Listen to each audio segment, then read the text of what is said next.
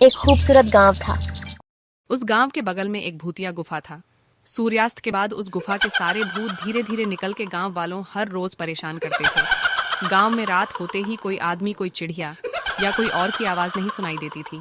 सिर्फ आवाज सुनाई देती थी तो भूत को रोने की और कुत्ते के भौंकने की।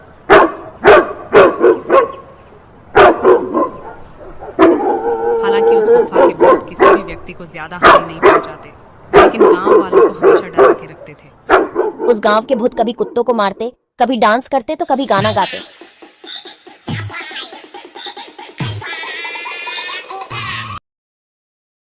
उसी गांव में शिवा और उसका दोस्त हर रोज एक साथ पढ़ाई करते थे। भूतों की आवाज सुनते ही वह दोनों घबरा जाते थे और पढ़ाई नहीं कर पाते थे। वह डर के मारे जाकर सो जाते थे। उस गांव के भूत कभी कुत्तों को मारते, कभी डांस करते तो कभी गाना गाते।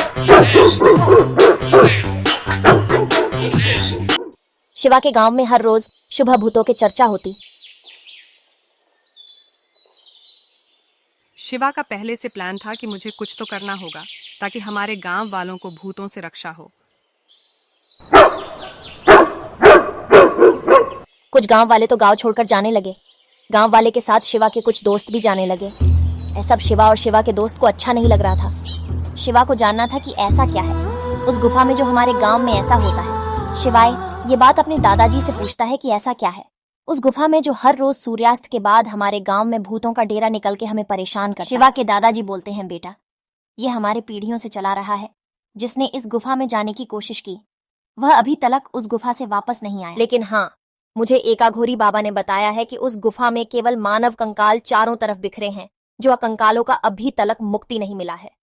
अगर किसी भी तरह उन कंकालों को आग के हवाले कर दिया जाए तो ऐसा होना हमारे गांव में बंद हो जाएगा और फिर दोबारा भूत हमारे गांव वाले को परेशान नहीं करेंगे। शिवा के दोस्त और शिवा इस बारे में विचार करते हैं, लेकिन शिवा का दोस्त बहुत समझाने के बाद मानता है। शिवा का दोस्त लास्ट में मानी जाता है और वह दोनों भगवान का दर्शन करते हैं और भगवान की प्रेरणा से निकल जाते हैं जंगल की।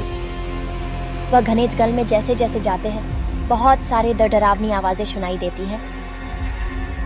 और वह जंगल में जैसे ही जाते हैं उनके सामने एक बड़ा सा लोमड़ी दिखाई देता है और रोने लगता है। कुछ टाइम बाद शिवा और उसका दोस्त घबरा कर भागते हैं वहां से और वह लोमड़ी उनके पीछे पीछे दौड़ आने लगता है और वह दोनों भागते भागते उसी गुफा के पास पहुंचते हैं और डर के मारे उसी गुफा में घुस जाते हैं।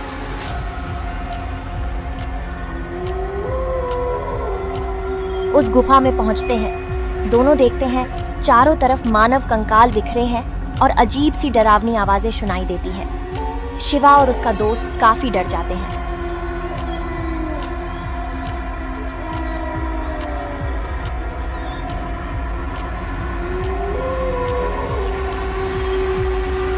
और धीरे धीरे गुफा के अंदर की तरफ जाते हैं और उनके पीछे सारे भूत भी चल देते हैं।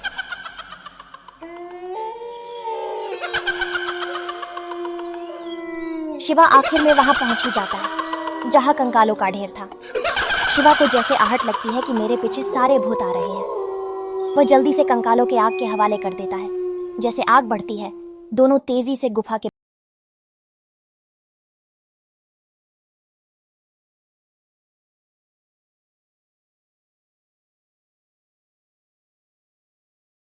मुंह को बड़े से पत्थर से ढक देते हैं और दोनों बहुत ज्यादा खुश होते हैं। गुफा के अंदर सारी कंकाल जलकर राख हो जाती है।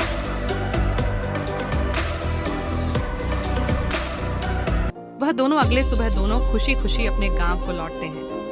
उस दिन के बाद से अभी तक सूर्यास्त के बाद उसके गांव में ना ही भूत रोने की आवाज आती है, ना ही चुड़ैल रोने की आवाज। उस दिन के बाद से शिवा का गांव फिर से भूतों से आजाद हो गया। तब से पूरे गांव के बच्चे रात को निकलकर खेलने लगे। तो बच्चों कहते हैं बुराई कितनी भी बड़ी क्यों ना हो, लेकिन एक दिन सच्चाई की जीत होकर ही रहती है, क्योंकि डर के आगे जीत है। तो आप लोगों को डरना नहीं है। तो बच्चों, क्या हमारी वीडियो कैसी लगी? अगर आपको अच्छी लगी तो वीडियो को एक लाइक करके जाए, चैनल को सब्सक्राइब कर दें। हम फिर मिलेंगे अगले वीडियो में।